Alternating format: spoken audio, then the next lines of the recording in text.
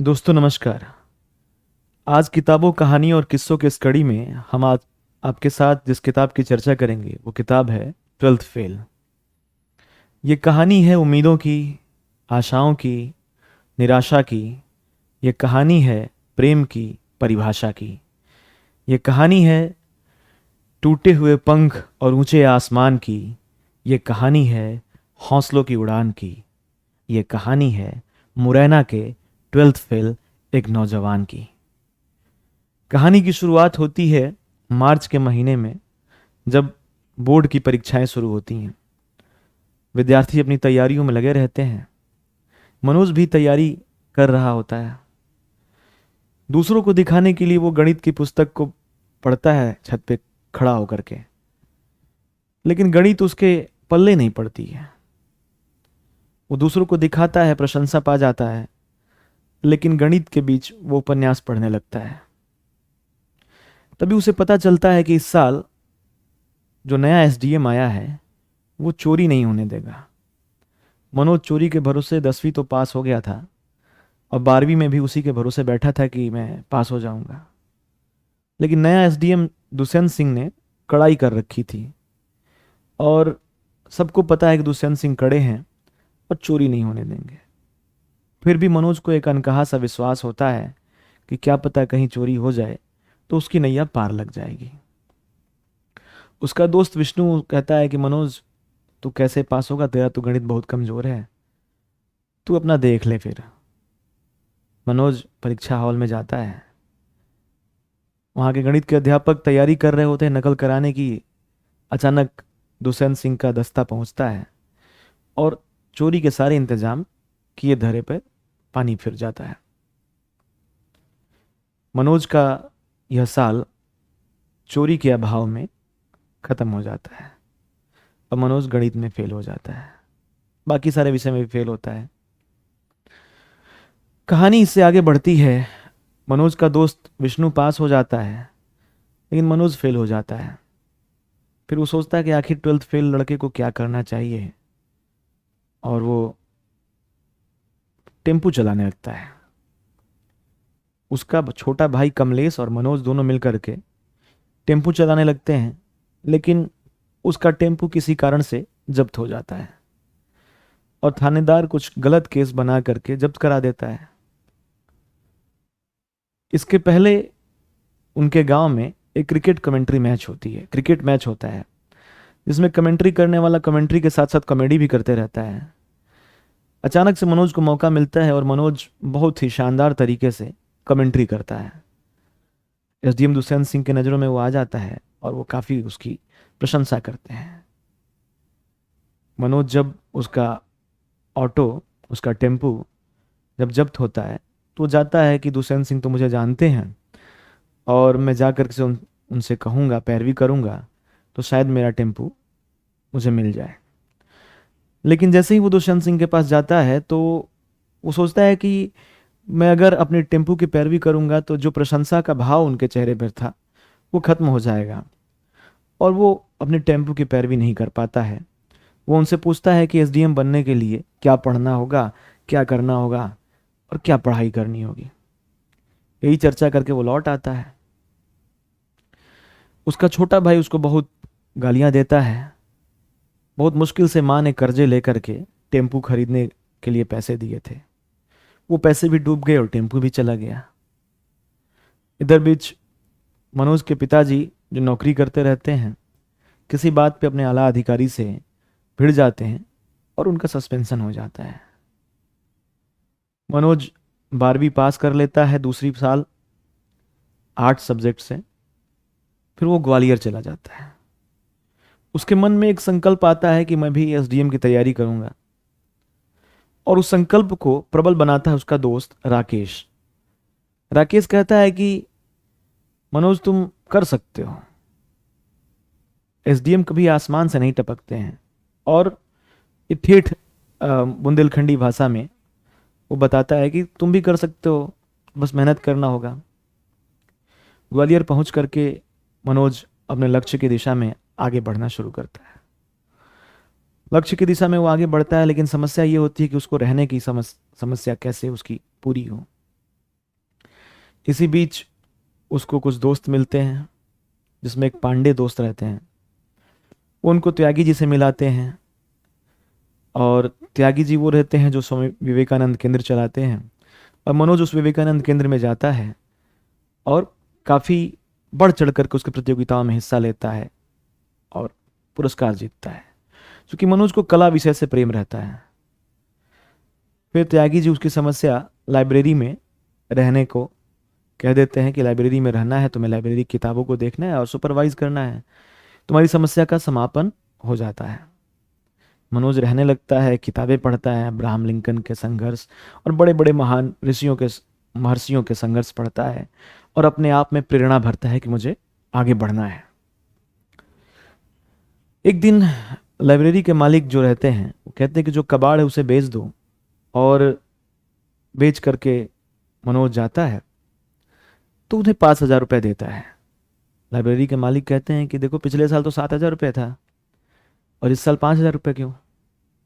वो उसकी ईमानदारी पे शंका जाहिर करते हैं। अब यही बात मनोज को खटक जाती है कि उसकी ईमानदारी पे शंका जाहिर करके, क्वेश्चन मार्क लगा करके उन्होंने अच्छा नहीं किया। मनोज वहां से हटने का निर्णय ले चुका रहता है, पर लाइब्रेरी से निकलकर वो जाए तो जाए कहाँ। मनोज फिर वहां से निकल जाता है और वो एक आटा चक्की में काम करने लगता है, जहां पर आटा पीसने के 4 घंटे के उसे पैसे मिलते हैं और वहीं रह करके वो काम करता है।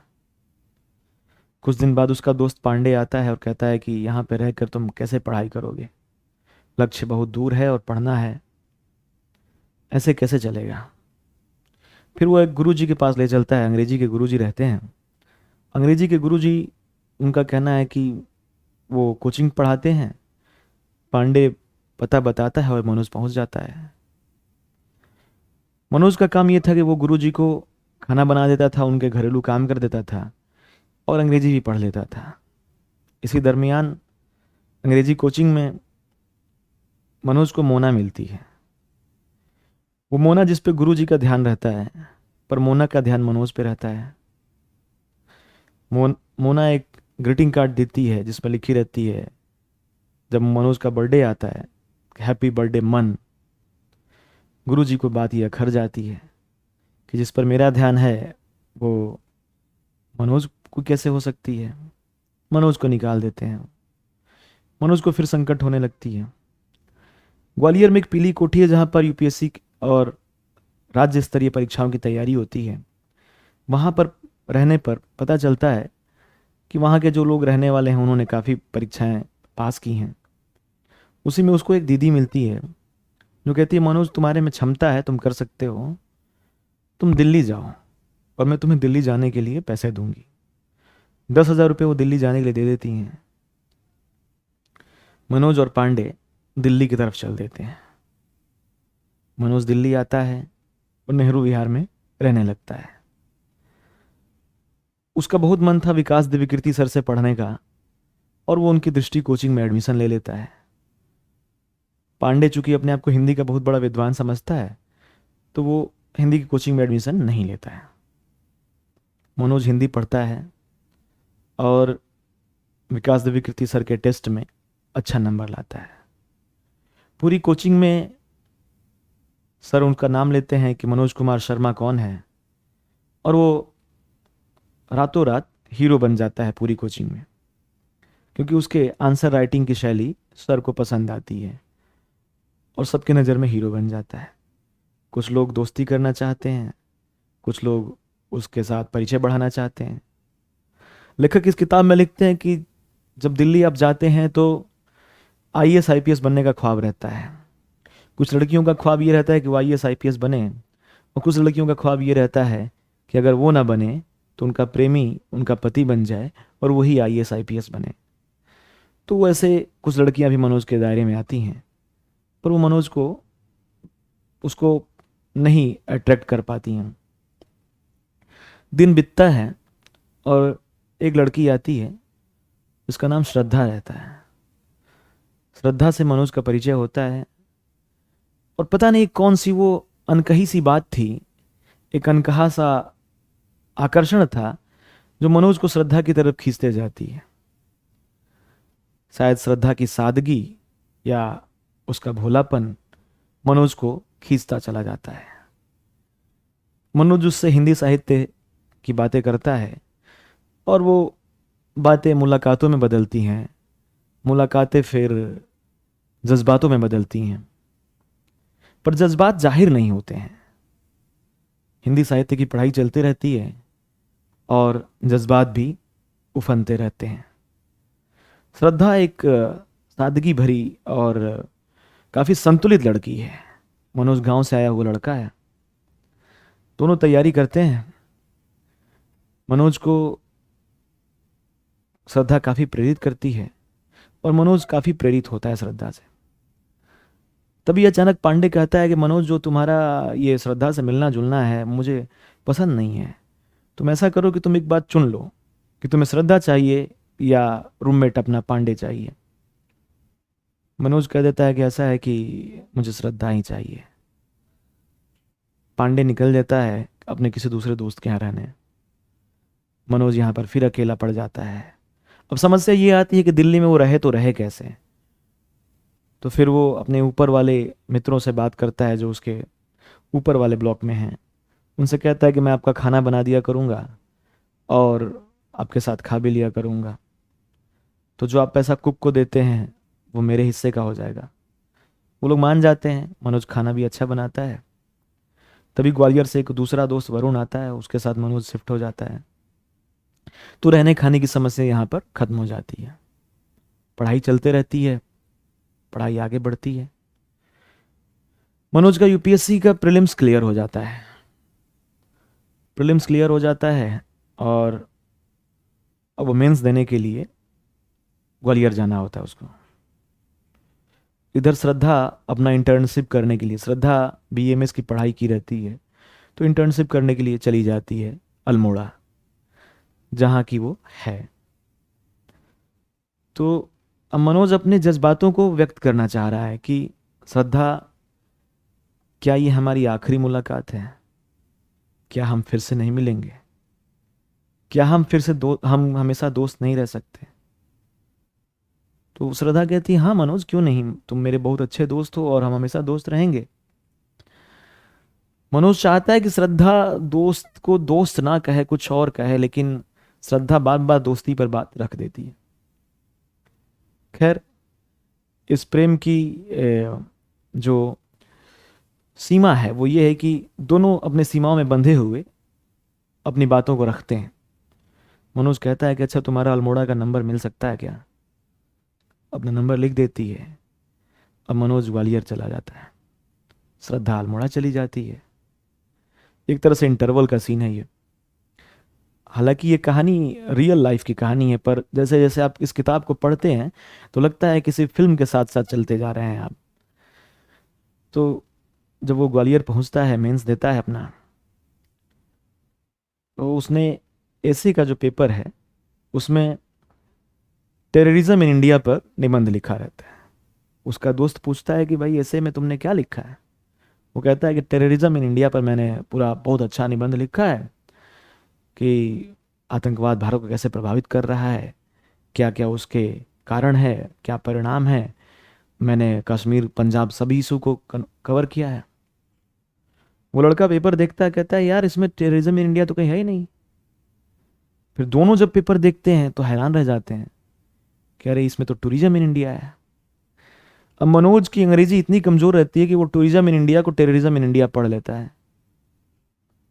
फिर जो अंग्रेजी भाषा का पासिंग मार्क रहता है उसी में वो फेल हो जाता है।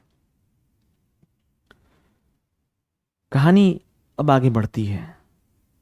मनोज फिर से फेल हो जाता है और फिर से निराश हो जाता है कि मैंने इतना अच्छा पेपर किया, तैयारी की थी, लेकिन कुछ हो नहीं पाया। इसी तरह से फिर वो तैयारी करने के लिए दिल्ली आता है। लेकिन दिल्ली आने के पहले उसको एक बेचैनी सी रहती है कि श्रद्धा कैसी होगी, क्या कर रही होगी, क्या होगा। पर वो नंबर भूल जाता है, उसका नंबर कहीं खो जाता है। अब प्रेम की दीवानगी इस तरह से थी कि वो श्रद्धा से मिलने के लिए अल्मोड़ा पहुंच जाता है। इसी बीच पांडे को किसी योगिता से प्रेम हो जाता है, और पांडे चूंकि योगिता के प्रेम में है इसलिए मनोज के प्रेम का पक्षधर हो जाता है, जो कि मनोज के प्रेम का विपक्षी था, और उसका पक्षधर हो जाता है कि हाँ प्रेम ही प्रेरणा है और तुम जाओ श्रद्धा से मिलकर आओ, मैं तुम्हें पैसे देता हूँ। श्रद्धा से मिलने के लिए मनोज अल्मोड़ा चला जाता है। जब वहाँ जाता है तो श्रद्धा की मम्मी से भेंट होती है। उसे पता चलता है कि श्रद्धा घर पे नहीं है, वो तो हरिद्वार गई है। वो निकलकर फ़ोन करता है श्रद्धा को कि श्रद्धा मैं अल्मोड़ा आया हूँ और मैं तुमसे बात करना चाहता था इसलिए। श्रद्धा जिस हॉस्टल में रहती है वहाँ से हाथ फ़ोन उठा कहती है कि मनोज आर यू मैड, तुम पागल हो गए हो क्या? तुम ग्वालियर से इतनी दूर आए हो, और तुम्हारा, मैंने कभी सोचा नहीं था कि तुम इस तरह से सोचोगे मेरे बारे में।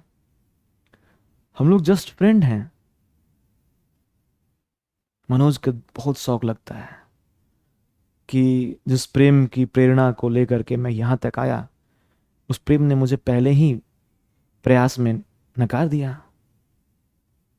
फोन रख देती है श्रद्धा, कहती है कि आज के बाद मुझे फोन नहीं करना।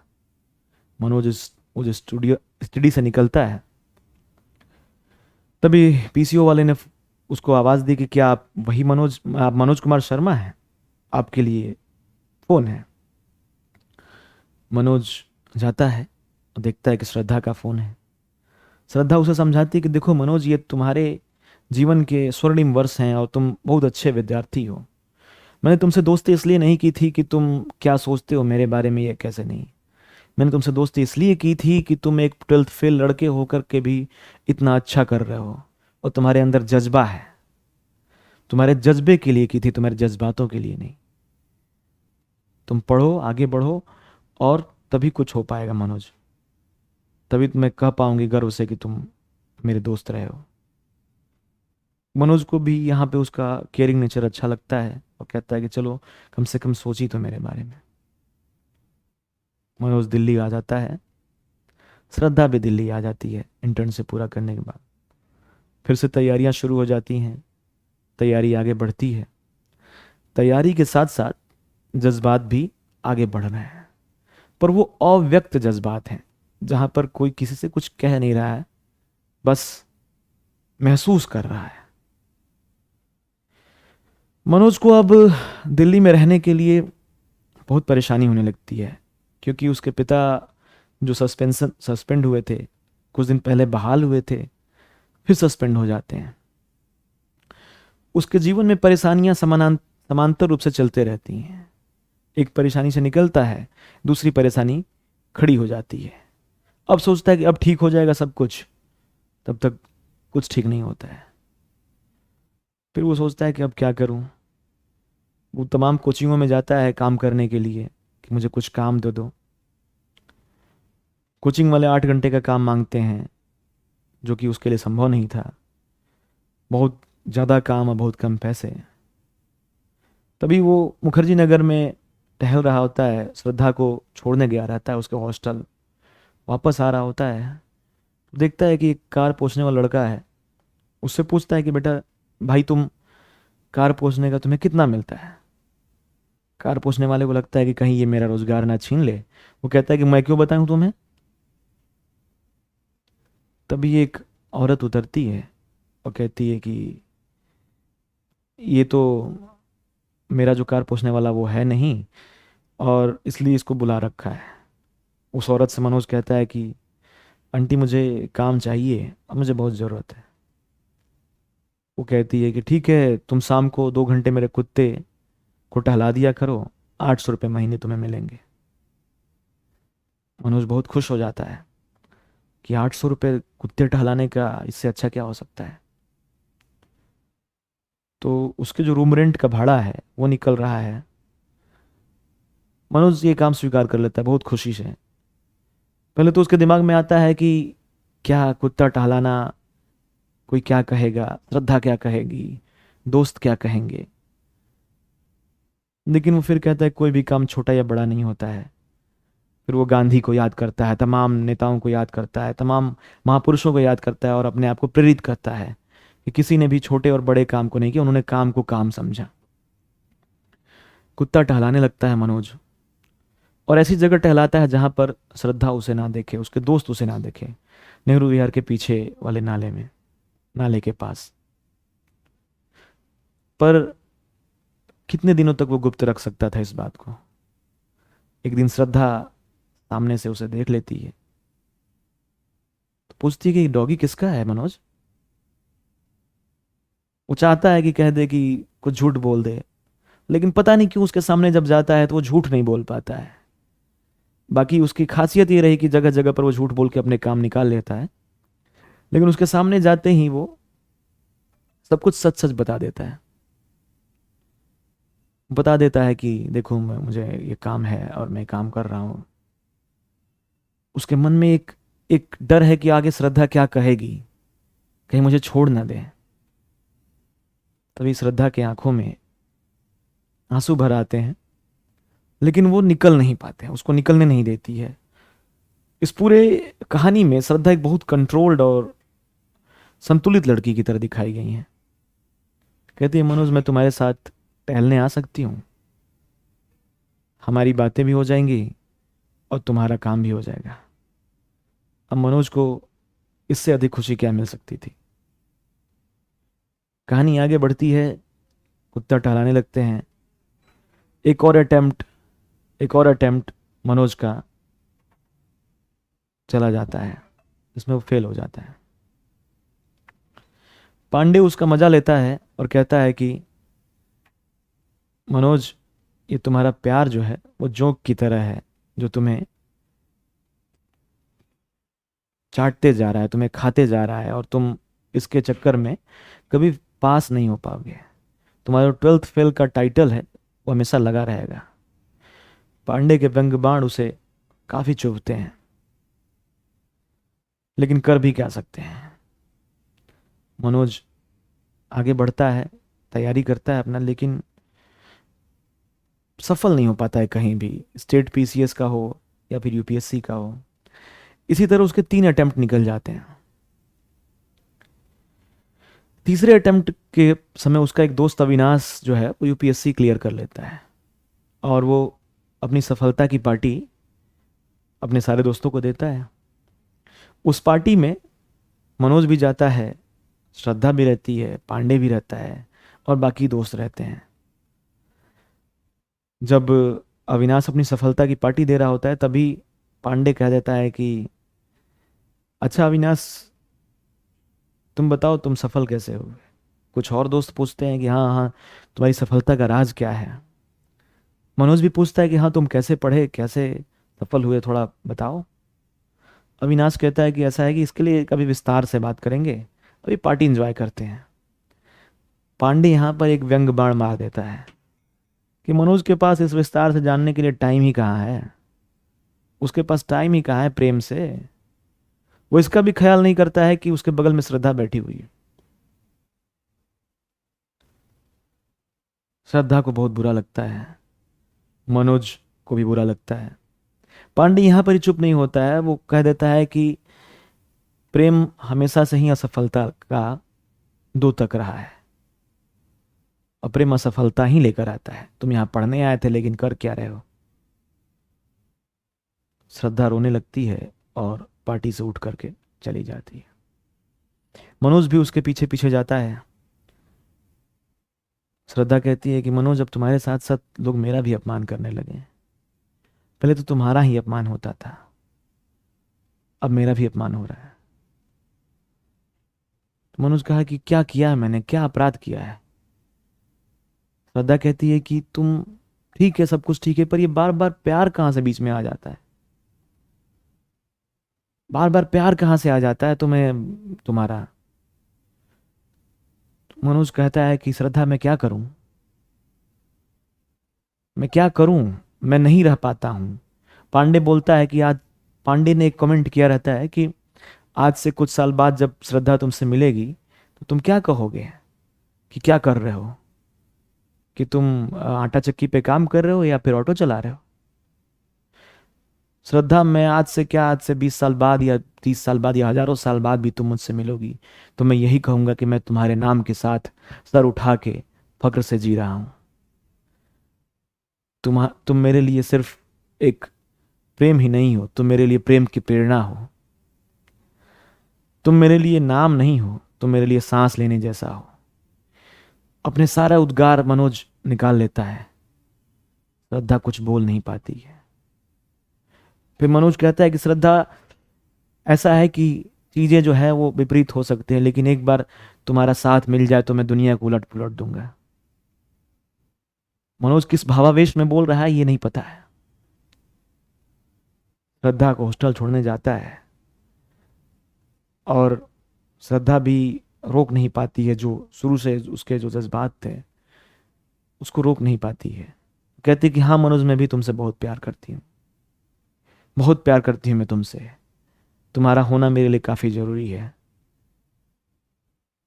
अब तो मैंने कह दिया, अब तो इस दुनिया को उलट पुलट दो ना, इस दुनिया को उलट पुलट दो ना मनोज, प्लीज। इतना कहने के साथ ही ऊपर चली जाती है। बगल में दो लड़कियां बैडमिंटन खेलते रहती हैं, तो सामने वाली बार बार हार जा रही है। तो उसकी दोस्त कहती है कि तू फोकस करना, तू शटल पे फोकस नहीं कर रही है इसलिए तू हार जा रही है। मनोज ये बात और उसकी श्रद्धा की स्वीकारोक्ति, कन्फेशन ऑफ लव, और ये वाली बात दोनों लेकर के जैसे लग रहा है मनोज उड़ता हुआ जा रहा है। वो तुरंत उसी रात को अविनाश के पास पहुंचता है, पूछता है कि अविनाश बताओ मुझे कि तुम कैसे क्या किए। कहता है कि अब तुम अचानक इस रात को क्या करने आए हो। तो नहीं अविनाश, तुम मुझे बताओ, बहुत नजदीक है प्रीलिम्स, हम बताओ।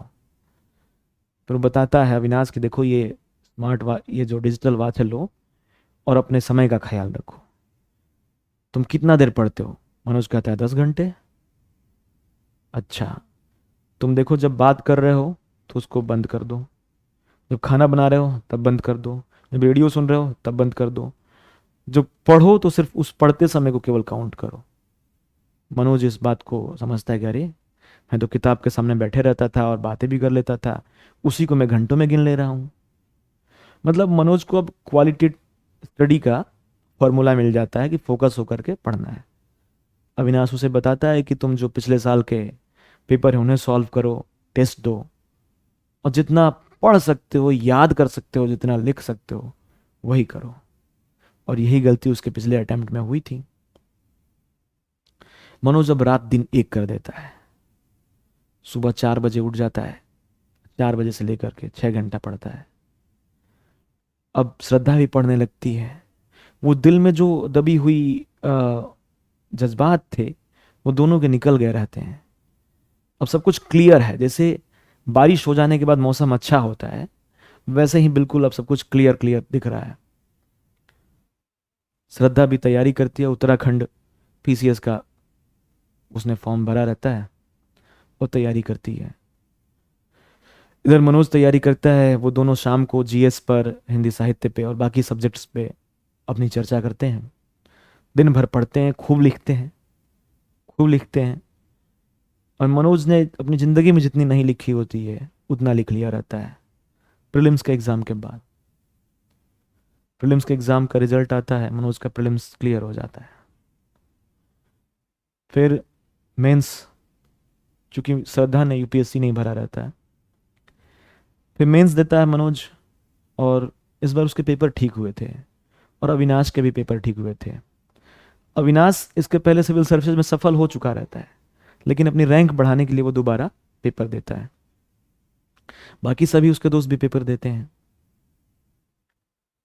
मेंस का रिजल्ट आ जाता है, अविनाश भी सफल और मनोज भी सफल। अब श्रद्धा उधर उत्तरांचल पीसीएस का मेंस क्वालिफाई कर लेती है और इंटरव्यू भी देने चले जाती है। इंटरव्यू देने के लिए वो जाती है और वहीं पे रह जाती है। इधर पांडे उसका मजाक उड़ाता है कि श्रद्धा तुम्हें छोड़कर चली गई। जब वो जाती है वहां पर तो वो बताती है मनोज को कि मनोज, दिल्ली से किसी ने फोन किया था कि आपकी लड़की किसी के प्यार में पड़ी हुई है यहाँ पर, और मेरे पिताजी काफी नाराज हैं इससे, इसलिए मैं नहीं आ सकती। मनोज उससे कहता है कि श्रद्धा तुम मेरे इंटरव्यू तक तो आ जाओगी ना। बताती कि देखती हूँ। श्रद्धा का रिजल्ट आ जाता है और श्रद्धा डिप्टी कलेक्टर बन जाती है उत्तरा उत्तराखंड पीसीएस के थ्रू। पांडे और चिढ़ाता है कि अब तो वो बन गई, अब तुझे क्यों पूछेगी, अब तुम्हें क्यों पूछेगी। पर मनोज की जो श्रद्धा थी श्रद्धा के प्रति वो कम नहीं होती है, वो उसका विश्वास कम नहीं होता है। वो कहता है कि नहीं ठीक है, उसको कोई मजबूरी रही होगी। वो इतनी जल्दी हार नहीं मानता है। पांडे के व्यंग बाण उसे चुभते हैं जरूर, लेकिन वो हार नहीं मानता है। एक दिन श्रद्धा अपने पिताजी से बात करती है कि पापा दिल्ली में वो मनोज है ना, उसका इंटरव्यू है और मुझे जाना है। पापा कहते हैं कि अच्छा इंटरव्यू हो जाने दो तब जाना। तो कहती नहीं पापा, उसके पहले जाना जरूरी है। पापा चुप हो जाते हैं, कुछ कह नहीं पाते हैं। श्रद्धा चुपचाप ऐसे ही रुआसी शकल बना के अपने कमरे में चली जाती है। जब पापा आके देख रहे हैं तो उसके आंखों से हर हर आंसू गिर रहे हैं। इधर मनोज का इंटरव्यू नजदीक आते जा रहा है। इंटरव्यू के एक दिन पहले ही जब उसे इंतजार रहता है कि श्रद्धा आएगी, श्रद्धा आ जाती है। इंटरव्यू देने जाते हैं दोनों साथ में। इंटरव्यू मेंबर जो अंग्रेजी के पक्षधर, वो अंग्रेजी में सवाल पूछते हैं मनोज से। कहते हैं कि तुम बिना अंग्रेजी के कैसे चला पाओगे प्रशासन, और तुम तो एक 12th फेलियर हो। तुम्हारे पहले एक आईआईटी से निकला वो लड़का गया है, तुम कैसे चलाओगे।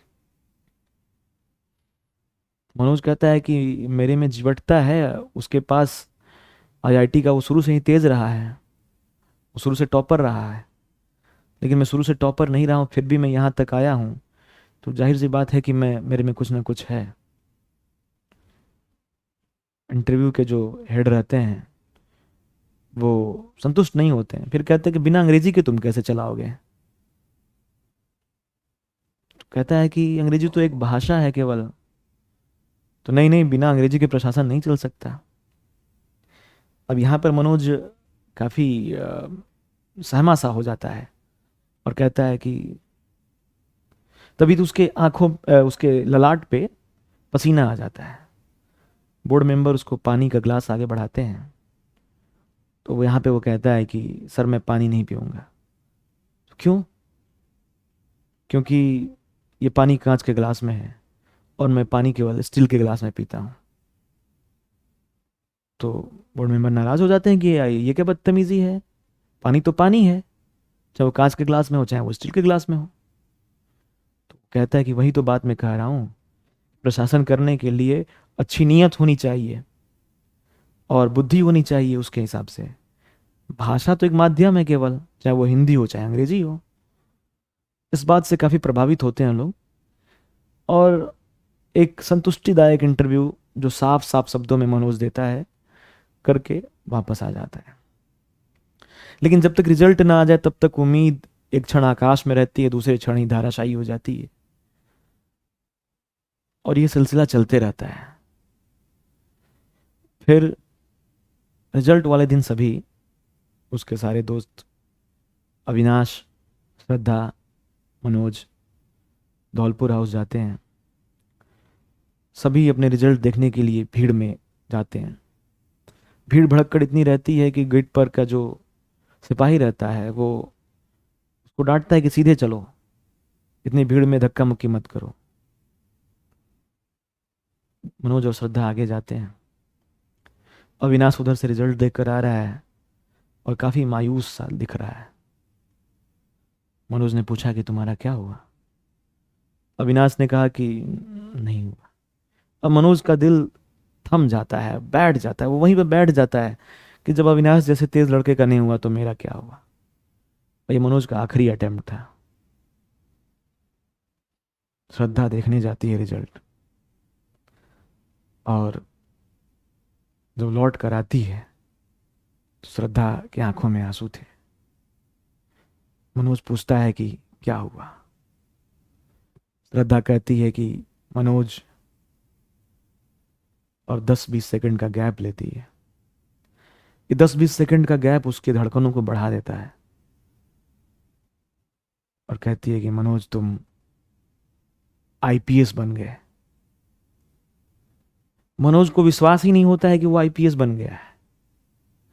कहता है श्रद्धा तुमने रोल नंबर तो सही से देखा था ना, तुमने नाम तो मिलाया ना, रोल नंबर के सामने वाला ही नाम मिलाया ना, तुम सही से देखी हो ना। मनोज को श्रद्धा सांत्वना देती है कि हाँ मैंने सब सही से देखा है। और दोनों वापस निकलते हैं। वहीं सिपाही पूछता है रिजल्ट क्या रहा। वो कहता है आईपीएस। सिपाही तुरंत सैल्यूट मारता है। मनोज भावावेश में सिपाही को गले लगा लेता है और सोचते हुए वापस आता है कि एक ही क्षण में जिंदगी कितनी बदल सकती है। दोस्तों, कहानी यहाँ पर ख़त्म हो जाती है, लेकिन ये कहानी आपको हमको जीने के लिए जो जीवटता है, जो प्रेरणा है, वो देकर जाती है। क्योंकि ये कहानी नहीं है, ये एक वास्तविक यात्रा है जीवन की, जो मनोज कुमार शर्मा तय करते हैं और वो आईपीएस बनते हैं। श्रद्धा जो उनकी पत्नी है वो भी सिविल सर्वेंट बनती हैं। दोनों बाद में जाकर शादी करते हैं और ये 12th फेल किताब उनके जीवन पे लिखी गई है। और पिछले दिनों मैंने आपको एक कहानी सुनाई थी अल्केमिस्ट की, जिसमें मैंने पॉलो कोएल्हो की जो कहानी है उसको पढ़ते हैं तो जैसा लगता है कि मनोज कुमार शर्मा सेंटियागो हैं, श्रद्धा फातिमा हैं और मनोज कुमार शर्मा अपनी यात्रा पर चले हैं। दोस्तों, कोई भी मंजिल आखिरी मंजिल नहीं होती है और ज़िंदगी एक यात्रा ही है। मनोज के लिए पहली सफलता ये थी कि कैसे वो 12वीं पास करे। दूसरी सफलता ये थी कि उसे ग्वालियर में रहने की जगह मिले। तीसरी सफलता ये थी कि वो दिल्ली में टिका रहे। तो हर मोड़ पर चुनौतियों का सामना उसने किया और हर चुनौती का डट कर सामना किया। और जो डट कर सामना करते हैं वही जीतते हैं।